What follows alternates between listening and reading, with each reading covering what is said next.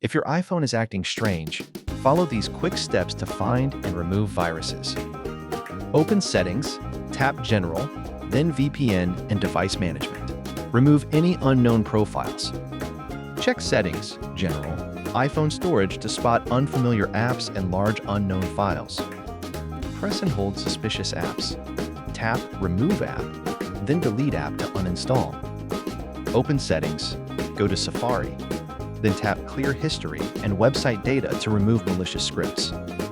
Restart your iPhone to close lingering processes and refresh system settings.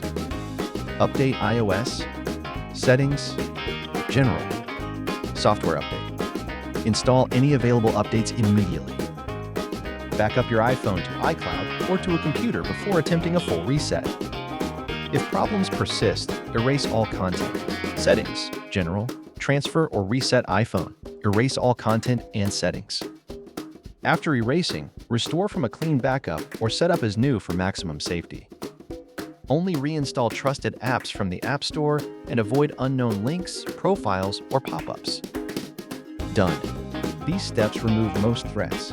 Save this guide and check your phone regularly.